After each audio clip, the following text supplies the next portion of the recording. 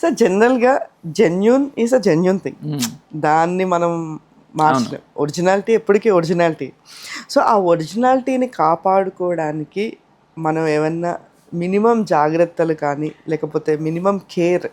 అంతేనండి, చెప్తున్నా కదా, face wash, moisturiser, sunscreen day time, night time ఏమో ఫేస్ వాష్, మాయిశ్చరైజరు, ఒక నైట్ క్రీము, ఇంతవరకు పెట్టుకుని హెల్దీ డైట్, హెల్దీగా వాటర్ తీసుకుంటాం, హెల్దీ హ్యాబిట్స్, రోజు కనీసం ఒక 10,000 స్టెప్స్ వేయటం, ఇట్లాంటి చిన్న చిన్నవి ఫాలో అయితే మనకి హెల్దీ డైట్, ఇందాక నేను చెప్పినప్పుడు రైస్ ఎంత తింటారో అంత కూర, కూర ఎంత తింటారో అంత రైస్, ఇలాంటివి చేస్తే ఆటోమేటిక్గా మనం హెల్దీగానే ఉంటామండి.